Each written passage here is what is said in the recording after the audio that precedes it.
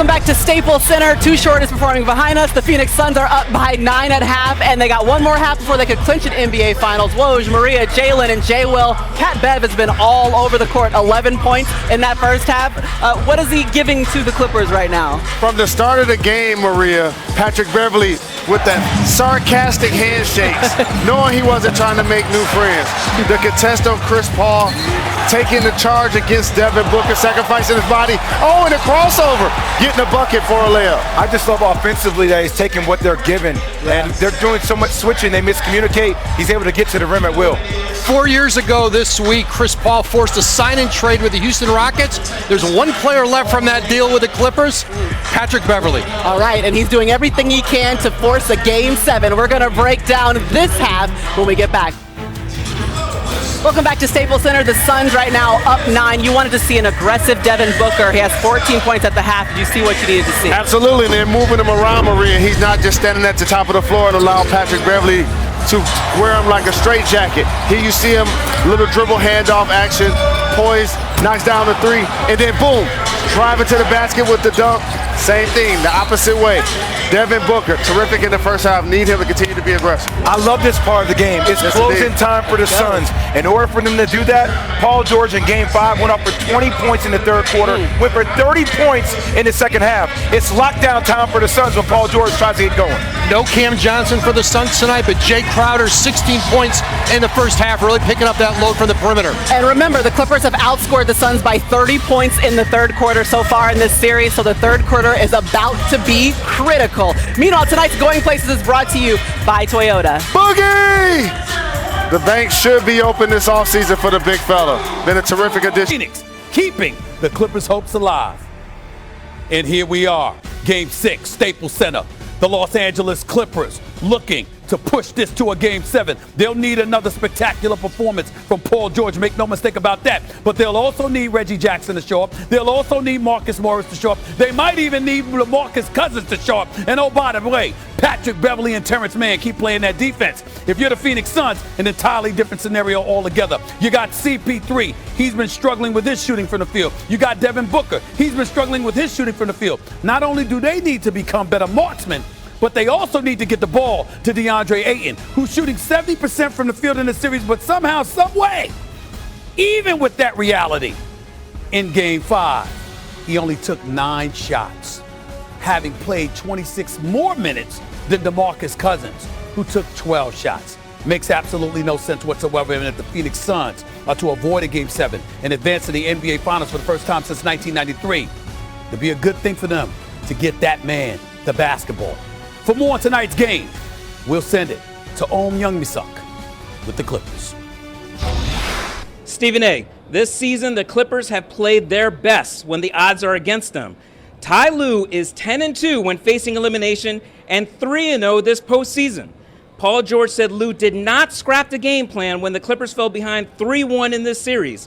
He just made some minor adjustments and gave the players the freedom to figure it out. George says the Clippers have taken on Lue's calm and confident demeanor. And if the Clippers can force a Game 7, Lue is 12-1 with a chance to clinch a series.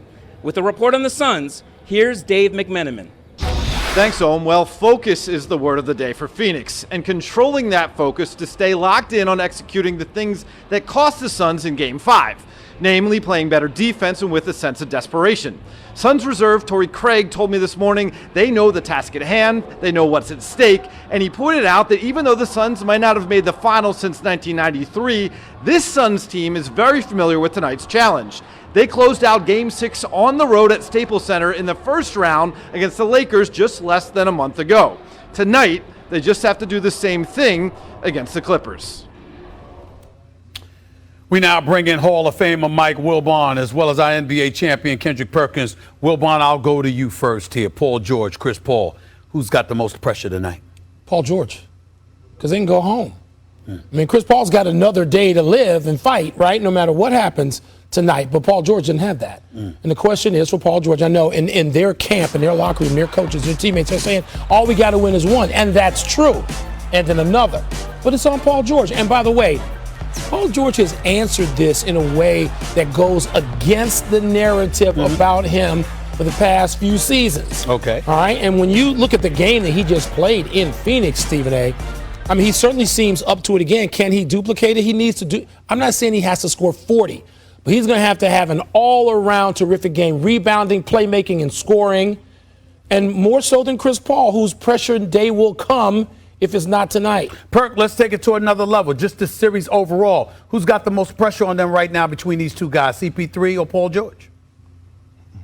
Well, it's CP3. I feel like Paul George and the Clippers are playing with house money right now. They're missing Kawhi Leonard, Serge Ibaka, Zubac. That's 3 of their main guys. CP3, on the other hand, being up 3-1, having a fully healthy roster, he has to go out there and deliver. It's on him to go out there and handle his business to get this win on this series. We know that he blew a 3-1 lead in the past. Now is his opportunity to finally make an appearance to the finals. And I think this is going to be either a hit on his legacy, positive or negative. So it's on CP3. The pressure is on him. You do not want to go to a Game 7. Anything could happen in a Game 7. Forget the series. Tonight, the pressure is on Chris Paul. I feel you on that. I got to transition to DeAndre Ayton with both of you guys, though, because I don't understand for the life of me. He came into the game, Game 5, shooting about 70% from the field. Right now, he's shooting about 67% from the field. Only took 9 shots in 36 minutes in Game 5. Now, I know that Ty Lue for the Clippers threw a zone on him early on, and that disrupted them or what have you. But considering the cerebral player that Chris Paul has always been, I don't understand for the life of me how DeAndre Ayton didn't get the ball more. Michael. I do. The stage was big in Phoenix in Game 5. They thought everybody was talking about Suns in 5. And DeAndre Ayton is not the most assertive fellow yet. Okay. I mean, we're going to see a much different guy in 2 or 3 seasons, Stephen. I know you and I have been talking about this and with Perk the whole series. Mm-hmm. The stage was big, and he might have shied away a little bit. I don't expect to see that tonight. Sure.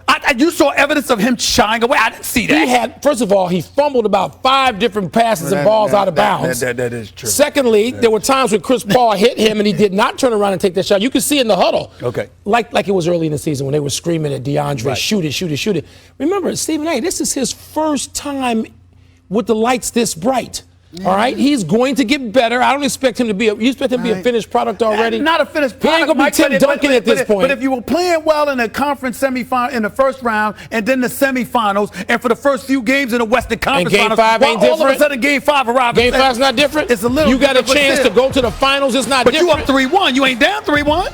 I can expect Chris Paul to process all that. Maybe even Devin Booker. Not DeAndre. Not at this point. Cool. Okay, Perk has been in this situation. Maybe he disagrees completely. Okay. Perk, do you agree or disagree with what Wilbon just said? Well, I kind of agree with Wilbon, but here's my thing with DeAndre Ayton. And like those old people used to say, a closed mouth don't get fed. At the end of the day, you got to want the ball. You got to establish your presence in the paint. Right now, Zubac is out. They started small against you. You had 9 offensive rebounds in Game 4. If they're not feeding you the ball, go get it off the glass. It's a lot of missed shots that's coming off the rim. Go impose your will in the paint. Establish your identity. Outrun DeMarcus Cousins when he get on the court. Use your quickness.